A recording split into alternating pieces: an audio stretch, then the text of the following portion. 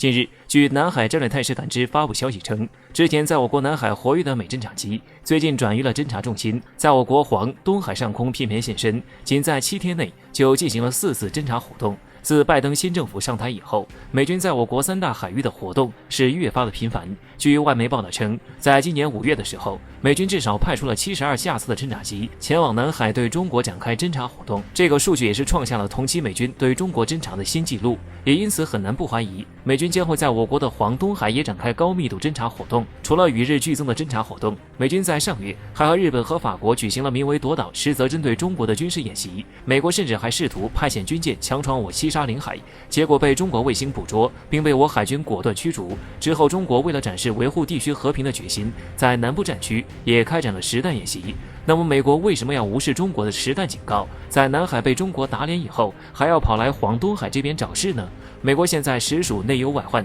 首先是美国的社会矛盾在不断加深，美国的种族歧视问题在国内经济衰退、抗议无能的环境下越发凸显，游行活动日益增多，各种枪杀、暴力犯罪活动也愈发频繁。再来就是美国的财政赤字数字刷新历史记录，长久以来的高消费导致的危机，最终美政府还是得去处理，拖也拖不了多久。以前美国碰见这种情况的解决办法就是疯狂印钞，让全世界给美国买单，其他国家只能被迫接受由美元超发带来的通货膨胀等一系列问题。但如今美元的债务缺口如此之大，要是还像以往一样货币超发，那就很有可能让美元彻底失控，更别说让美国回归正常。再来就是美国和欧洲的关系也不像以往亲密，由于之前特朗普的一些激进战略，使得欧洲内部对美国不满情绪加重，尤其是在北溪2号项目上，美国的阻挠令德国十分不满。尽管最近美国为了向德国示好，主动表示放弃制裁德国和俄国的北溪2号工程项目，但德国那边的反应也是平平，甚至最近还提出德国防军要战略自主，服务于欧洲，而不是跟随美国和北约。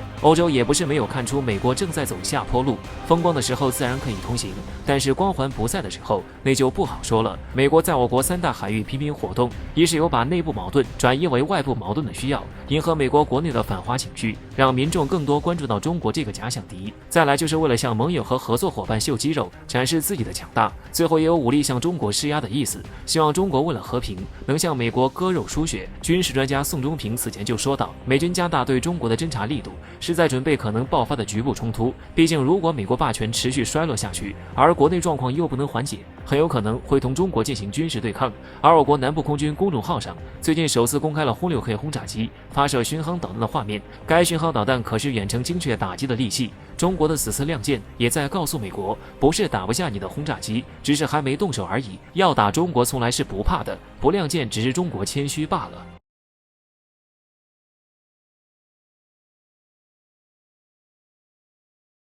据人民日报海外网在6月9号的紧急消息，美国位于夏威夷群岛的珍珠港军事基地在突然遭到全面封锁，相关消息也遭到全面封杀，具体情况语言不详。不过有美媒透露，目前基地已经提高了警戒等级，基地内的人员被安排前往紧急避难，后续暂时不便透露。这件事情或许在平常可能不会太起眼，毕竟是美军向亚太战略延伸的核心基地，相关消息封锁是很常见的情况。然而很奇怪的一点就在于，在美军珍珠港基地被紧急封锁的当天，有当地新闻机构发表了一篇报道，报道中十分诡异地提到了原因。美军发现一艘停靠港口的军舰上存在炸弹相关物品，因此珍珠港基地被封锁，人员紧急疏散。任谁都能看得出来，这个报道透露的原因显得十分荒诞可笑。美军自己的军舰上面能有什么炸弹？武器装备难道美军自己心里不清楚吗？而且既然有危险物品靠岸了，正常的操作难道不应该是靠前小队前往进行拆卸和转移吗？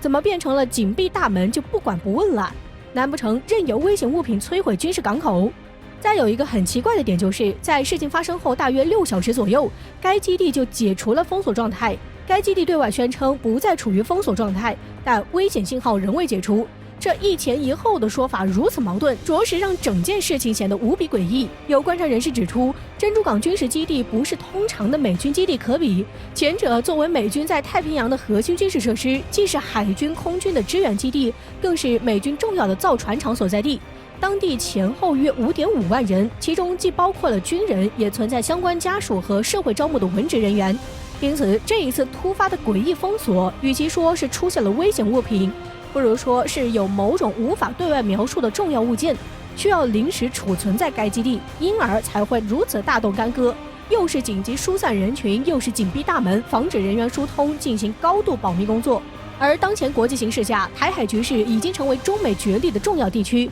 这种情况下，美军甚至需要在太平洋上进行秘密准备的重要物件，那么很大概率会是一个专门对华的秘密武器已经抵达了。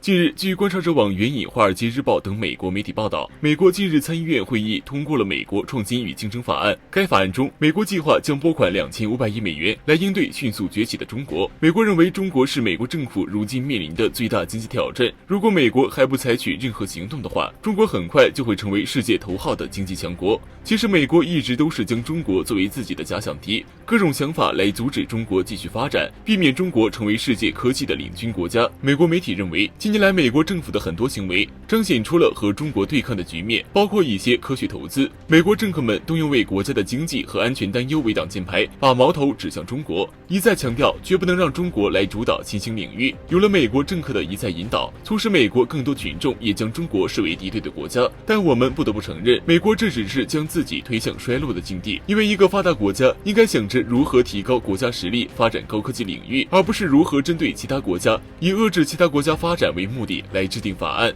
这说明美国真急眼了，已经对中国感到恐惧，乱了方寸。但中国并不会因为类似投入2500亿这样的行为导致止步不前。我国军事专家骆元少将指出，美国做出再多的举动，也只不过是在给中国陪练。如果美国政府现在还幻想着制裁一下中国的企业，投入2500亿打压一下中国，就能吓倒中国人民，遏制住中国的发展，那就是大错特错了。因为美国打压中国并不是1天2天的事情了。新中国成立初期，美国就开始敌对中国，还派出舰队阻碍中国完成统一大业。后来又对中国进行封锁，无论是在经济上还是军事上，美国其实一直都在中国进行制裁，而且招数不断的变换。但是迎来的是什么呢？迎来的是中华民族的日益强大，中华人民共和国的欣欣向荣。中国在崛起的路上，更希望有这样的国家给中国陪练，这样我们才能发现自己的不足，弥补自己的不足，才能使中国更加强大。而美国却把制裁的谋略写进法案，这只能说明美国已经走在了衰落的路上。中国的成就是中国人民勤劳的智慧结晶，融入了中华民族之魂，是遏制不住的。如果美国想通过2500亿来压制住中国，只是在痴人说梦，投入再多的资金也只是在打水漂。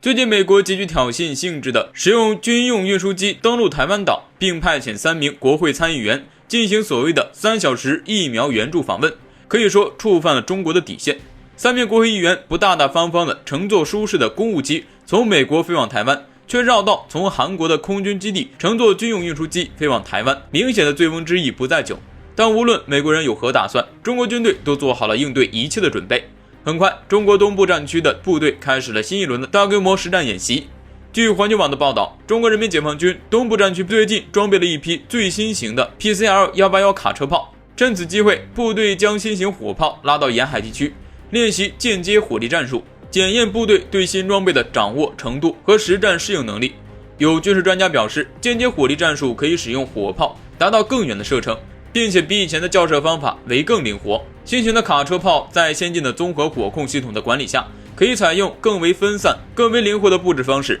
而不需要像以前一样集中于一处阵地布置。官兵们在接受中央电视台采访时表示，新型火炮完成任务的效率更高，生存能力也更好。炮兵们不再使用直接火力线瞄准目标，而是基于其他侦察单位提供的目标数据计算出的轨迹来引导炮弹击中目标。目前中国陆军各个集团军的炮兵旅都装备了多个型号、不同种类的先进无人机，可以在不同的环境下对敌方目标展开侦察，并第一时间将数据传回指挥部，再由指挥部下发至各个炮连。而在首轮射击后，无人机可以第一时间修正目标，保证第二轮攻击就能准确命中目标。此外，无人机还能够使用激光标记目标，引导火炮发射激光制导炮弹精确点杀目标，误差可以控制在半米内。可以说，现代化的技术给解放军的炮兵安上了千里眼，使得战争之神的威力更上一层楼。自从确定新军事变革的要求后，中国军队开发了多款能够适应未来战争要求的火炮。但早年间，中国陆军重点发展的履带式炮塔型自行火炮虽然火力强大，但只适合北方平原地区的使用，南方的部队长时间依旧在使用越南战争时期的老式火炮，而随着新一代卡车炮的开发成功，东部战区陆军开始逐步换装新型火炮。